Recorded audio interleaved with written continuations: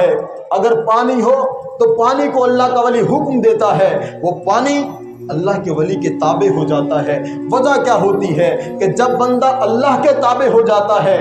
دنیا کی ہر چیز اس بندے کے تابع ہو جاتی ہے، دنیا کی ہر چیز اس بندے کے ساتھ محبت فرماتی ہے۔ ان الذین آمنوا وعملوا الصالحات، رب نے قرآن کے اندر ارشاد فرمایا بے شک جو ایمان لائے، ایمان لانے کے بعد نیک عمل کیے، سیجعل لهم الرحمن ودا، اللہ رب العزت بندوں کے دلوں کے اندر ایسے لوگوں کی محبت کو ڈال دے گا، بندے خود بخود ان کے ساتھ عقیدت رکھیں گے، بندے خود بخود ان کے ساتھ محبت رکھیں گے۔ اور حضرات جی وقار دریائے دجلہ ہے،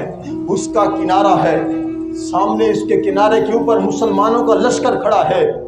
اور خالد بن ولید رضی اللہ تعالی عنہ کمانڈر ہیں، سعد بن ابی وقاص امیر لشکر ہیں، اور آپ نے اس دریا کو پار کرنا تھا، لیکن جب سامنے دیکھا تو پانی ہے، تو آپ نے اس دریا سے مکالمہ کیا، اس دریا سے بات کی، کہا انک تجری بسم اللہ، اے دریا تو اللہ کے نام کے ساتھ چلتا ہے، ہم تجھے واسطہ دیتے ہیں اللہ کا، اپنے نبی کی عزت کا، اور عمر فاروق رضی اللہ تعالیٰ عنہ کے عدل کا، اے دریا تو ہمیں رستہ دے، ہم نے تجھ سے پار جانا ہے، اور وہاں جا کے اللہ کے اسلام کو پھیلانا ہے، اسلام کا جھنڈا لہرانا ہے، اے دریا ہمیں رستہ دے۔ بس اتنا کہنا تھا، مسلمانوں نے گھوڑوں کو، اپنے اونٹوں کو، اپنی سواریوں کو دریا کے اندر ڈال دیا، وہ دریا کا پانی چل رہا ہے، لیکن مسلمانوں کو کچھ بھی نہیں کہہ رہا، وہ مسلمان اس دریا کو پار کرتے جا رہے ہیں، لیکن پانی مسلمانوں کے تابع ہو چکا ہے۔ کیوں؟ کیونکہ وہ مسلمان اللہ کے تابع ہو چکے تھے۔